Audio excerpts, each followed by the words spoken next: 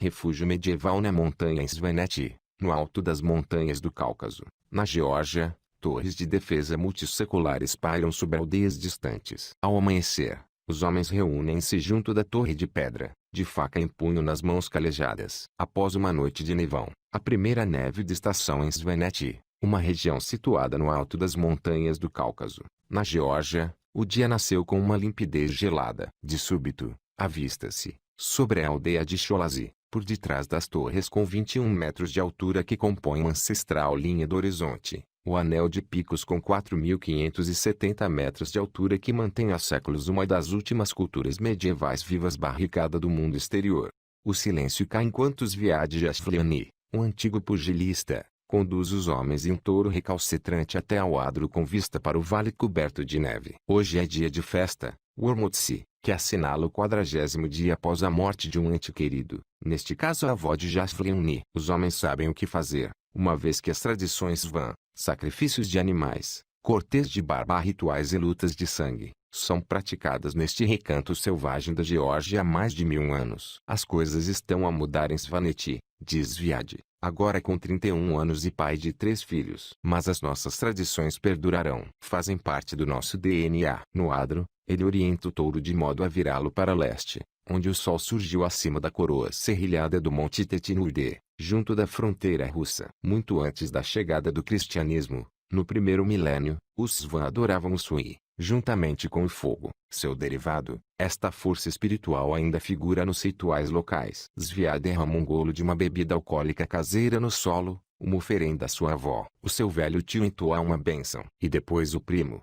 protegendo uma vela do vento, pega fogo ao pelo do touro na testa, na parte inferior do lombo e nos ombros. É o sinal da cruz, desenhado com fogo. Depois da bênção, os homens prendem as patas do touro com uma corda e, puxando por ele, amarram o animal ao ramo de uma macieira. Zviad seguro pelos chifres, enquanto o outro aldeão, desembainhando uma adaga afiada, se ajoelha junto ao touro e de forma quase carinhosa, apalpa-lhe o pescoço em busca da artéria. Fortaleza da montanha, o Alto Svaneti, palco da nossa reportagem, nunca foi conquistado por estrangeiros. A sua população, agora possivelmente composta por 12.000 pessoas, superior à do Baixo Svaneti, tem diminuído em função da imigração em busca de melhores empregos. O número de turistas está a aumentar, sobretudo caminhantes, alpinistas e esquiadores que passam palavras sobre as suas paisagens bravias. Ao longo da história, vários impérios poderosos enviaram exércitos invasores para a Geórgia, a fronteira entre a Europa e a Ásia. Mas o lar do Svan,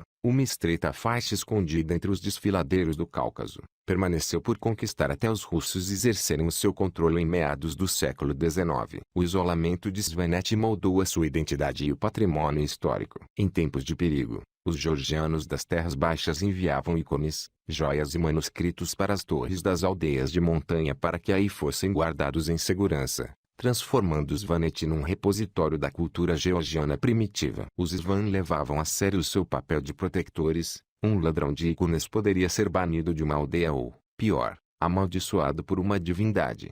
No seu baluarte montanhoso, a população conseguiu preservar uma cultura ainda mais antiga, a sua. No século I a.C., os Svan, cuja genealogia poderá remontar a descendentes de escravos sumérios, tinham reputação de guerreiros ferozes, documentados nos escritos do geógrafo grego Estrabão. O autor também alimentou as especulações segundo as quais Svaneti poderia ser a origem do tosão de ouro procurado por Jasão e os argonautas. Quando o cristianismo ali chegou, aproximadamente no século V, a cultura Svan era profunda, com idioma próprio, uma música de textura densa e códigos complexos de cavalheirismo, vingança e justiça comunitária. Se desta sociedade antiga tivessem subsistido apenas como vestígios as centenas de torres de pedra que se erguem sobre as aldeias Svan, isso já seria muito impressionante. No entanto, estas fortalezas, construídas na sua maioria entre o século IX e o século XIII, não são emblemas de uma civilização perdida. Ao invés, são os sinais mais visíveis de uma cultura que resistiu quase miraculosamente ao passar do tempo. Os Svan que ainda vivem no Alto Svaneti, lar de algumas das aldeias mais isoladas e mais altas do Cáucaso, mantêm-se fiéis às tradições de canto, luto, celebração e defesa acérrima da honra familiar. Svaneti é um museu etnográfico vivo, exclama o universitário norueguês Richard Baerug, dono de uma estalagem, que está a tentar contribuir para salvar os Van, um idioma sobretudo oral que muitos especialistas pensam anteceder o georgiano, o seu parente amplamente falado. Em mais nenhum sítio encontramos um local que mantenha os costumes e os rituais da Idade Média europeia. O que acontece quando a Idade Média se encontra com o mundo contemporâneo? Nos últimos anos de domínio soviético, há um quarto de século, milhares de Svan migraram para as terras baixas da Geórgia, fugindo à pobreza, ao conflito, aos desastres naturais e às quadrilhas de criminosos. Em 1996, quando a Unesco atribuiu o Estatuto de Patrimônio Mundial ao aglomerado de aldeias de maior altitude, o Shli, a estrada solitária que serpenteia Svanetia dentro era tão aterrorizada por bandidos que poucos se atreviam a visitá-lo. Forças de segurança expulsaram os grupos em 2004. E agora o governo está a implementar um plano para transformar a zona montanhosa medieval num polo turístico. Svanetia assistiu recentemente a mais mudanças do que nos últimos 1000 anos. Não são apenas carrinhas cheias de estrangeiros de mochila às costas descobrindo os trilhos de caminhada desta região intacta. Em 2012, o governo instalou cabos elétricos para iluminar as aldeias mais isoladas. A estrada que liga a maioria das aldeias do Alto Svaneti será em breve asfaltada até o Juli. Um frenesi construtor transformou o tranquilo núcleo regional de Mestia numa falsa estância ao estilo suíço coberta de chalés de madeira e emoldurada por edifícios governamentais modernos e um aeroporto. Entretanto,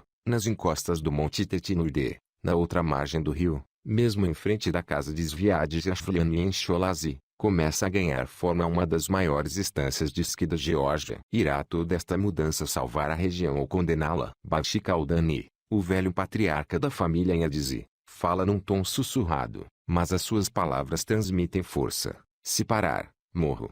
Mesmo com 86 anos, Bakshi insiste em fazer o trabalho duro da vida na aldeia, cortar lenha com um machado pesado, ceifar erva para as rações de inverno dos seus animais ou reparar a torre de pedra da sua família. É uma expressão da precariedade da vida na montanha que Bakshi também tenha, em tempos, sentido a tentação de deixar Svaneti. Criado num machubi, uma habitação tradicional de pedra para famílias alargadas, incluindo o gado, ele lembra-se de Adizia animada por 60 famílias, 7 igrejas e dezenas de artefactos sagrados. Os líderes dos clãs de toda a região de Svaneti viajavam dias a fio montados nos seus cavalos para rezar diante dos evangelhos de Adizi, encadernados em couro e datados do ano 897. Porém, o desastre estava sempre à espreita e Bakshi esforçava-se por armazenar o suficiente para os invernos agrestes, que ainda hoje isolam Adizi do resto de Svaneti. No entanto, nada o preparara para as avalanches mortíferas de 1987. Bakshi manteve a família segura na base da Torre de Pedra, mas dezenas de outros morreram em Svaneti nesse inverno, dando início ao êxodo. À medida que as famílias Svan emigravam para as terras baixas da Geórgia, Adizi foi se transformando numa aldeia fantasma. A certa altura, restavam apenas 4 famílias, entre as quais se contavam Bakshi e a mulher, a bibliotecária da aldeia. Os filhos, que também tinham abandonado Adizi, convenceram os pais a juntarem-se a eles para passar o inverno nas planícies áridas. Resistiram 4 meses até correrem de volta para Adizi. A minha família vive aqui há mais de 1200 anos, diz Bakshi. Como poderia eu deixar que a aldeia desaparecesse? Tratando dos seus afazeres, com um tradicional boné de lã na cabeça, Bakshi personifica a persistência da cultura Svan e o perigo que esta enfrenta. Ele é um dos poucos falantes fluentes de Svan que restam. É também um dos últimos mediadores da aldeia. Há muitos chamados a resolver disputas, desde furtos a lutas de longa duração entre famílias. A obrigação de defender a honra da família, embora ligeiramente atenuada atualmente, resultou em tantas vinganças na primitiva sociedade Svan que os especialistas creem que as torres de pedra foram construídas para proteger as famílias não apenas dos invasores e das avalanches, mas também umas das outras. No caos que se seguiu à derrocada da União Soviética, as lutas familiares regressaram em força. Nunca tive descanso, diz Bakshi. Em alguns casos, depois de negociar um preço de sangue, geralmente 20 vacas por homicídio, levava as famílias em conflito a uma igreja e obrigava-as a fazer promessas, jurando sobre os ícones e baptizando-se mutuamente. Segundo ele, o ritual assegura que as famílias não lutarão durante 12 gerações. As lutas familiares praticamente desapareceram de Svaneti na última década, mas persistem os antigos códigos de justiça, aplicados por mediadores como Bakshi Kaldani. Outras tradições da aldeia também resistem. Todos os anos, em agosto, uma família local organiza a festa anual de Adizi, a Lishanizoba, atraindo antigos aldeões das terras baixas e casais que rezam por um filho ou desejam dar graças pelo nascimento de descendência. Cada casal traz uma ovelha como oferenda, juntamente com um jarro com uma bebida alcoólica caseira. No verão de 2013, compareceram 500 pessoas numa colina junto da minúscula igreja de São Jorge, do século XII. 32 ovelhas foram abençoadas e sacrificadas. Vista do alto da Torre de Pedra de Baxi, com 15 metros de altura, a Dizi parece bela e abandonada. Persianas enferrujadas balançam ao sabor da brisa. Pinheiros brotam entre as torres parcialmente desmoronadas. O rio eliminou a estrada de terra batida que conduz à aldeia, tornando acessível apenas a pé ou a cavalo. No entanto, a Dizi está a ganhar nova vida, graças à teimosia de Baxi e a sua localização junto de um popular trilho de caminhada. Nos últimos 2 anos, 7 famílias regressaram à aldeia para reconstruir as suas casas e abrir pequenas hospedarias, elevando o número de habitantes residentes a tempo inteiro para quase 30 pessoas. Enquanto 2 vizinhos de Baxi afiam as suas foices para os últimos dias de corte de erva antes do inverno, a Dizi já não parece abandonada. Parece renascida. A canção de amor e vingança começa suavemente com uma voz solitária percorrendo a toada de uma antiga melodia. Outras vozes na sala sem aquecimento,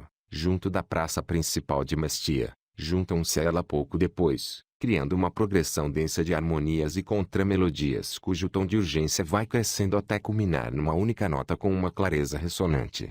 É uma das músicas polifônicas mais antigas do mundo, uma forma complexa que inclui 2 ou mais linhas melódicas em simultâneo. Antecede em séculos a chegada do cristianismo a Svaneti. No entanto, nenhum dos músicos presentes na sala nesta tarde de outono tem mais de 25 anos. Quando a sessão termina, os jovens saem para a praça, conversando, rindo, atirando beijinhos para o ar mexendo nos telemóveis. Estamos todos no Facebook, conta Mariam Arvliani, uma rapariga de 14 anos que toca 3 instrumentos de cordas antigos, incluindo uma harpa de madeira Svan em forma de rele, no seu grupo coral juvenil, o Laguzeda. Mas isso não significa que nos esqueçamos do nosso patrimônio. É uma das ironias de Svaneti, no preciso momento em que o seu idioma se vai extinguindo, a sua música tradicional está a ser revitalizada. Esta ressurgência é motivada pelos jovens de Mestia, uma aldeia cujas aspirações contemporâneas se refletem no edifício futurista da esquadra de polícia, virada para as torres de pedra nas encostas acima. À semelhança da maioria dos representantes da sua geração, Marinho exprime-se apenas numa mostra de Svan, sobretudo com as letras das nossas canções. A sua imersão musical, contudo, começou quase quando nasceu e, aos 4 anos, já cantava no coro da tia. Apesar disso, o seu talento poderia ter se desvanecido, juntamente com a tradição musical Svan, se não fosse um programa juvenil lançado há 13 anos pelo carismático padre Georgi Chartolani.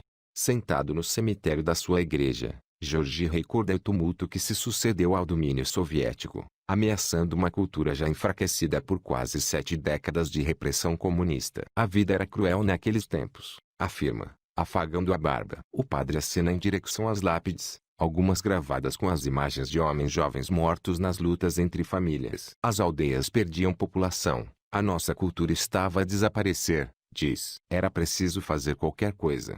O seu programa, que ensina música e dança tradicional a centenas de alunos, foi, nas suas próprias palavras, uma luz na escuridão.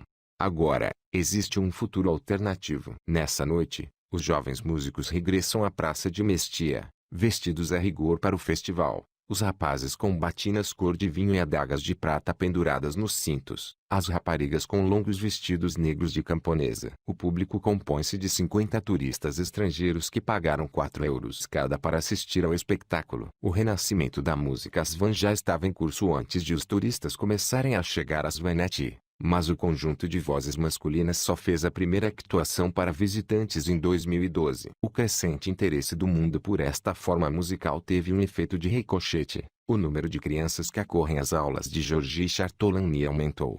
Em Svaneti, até as lutas antigas podem ter repercussões duradouras. Há um século, em Cholazi, o bisavô de Sviad Jasvliani matou um vizinho para vingar o abate do seu touro premiado. A disputa terminou quando a família Jasvliani pagou aos vizinhos 1 hectare de terra para cultivo e 20 cabeças de gado, um preço de sangue cujos efeitos ainda se podem sentir.